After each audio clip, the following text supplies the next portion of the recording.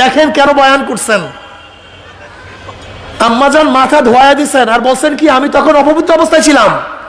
এখন মুফতি সাহেব বলতেছে যদি সর্দার দো আলম আলাইহিস সালাতু ওয়াস সালামের শরীর মোবারক অপবিত্র অবস্থায় ধোয়া যায়, তাই মৃত্যু ব্যক্তির শরীরও অপবিত্র ধোয়া যাবে, তুমি গিয়ে দিও, ভালো যাও, সমস্যা নেই।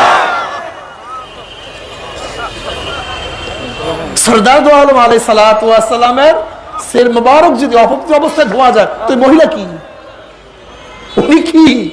আমার নবীর সমস্ত শরীর তো পবিত্র, আমার নবীর ঘাম পবিত্র, আমার নবীর রক্ত পবিত্র, কথা ঠিক না?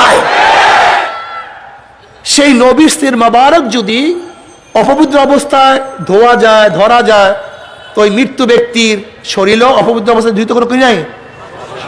আচ্ছা বলেন তো, এখন যদি এখানে মুস্তানবিদ মুফতি সাহেব না থাকতো তাহলে আপনি কি করতেন আমাকে বলেন?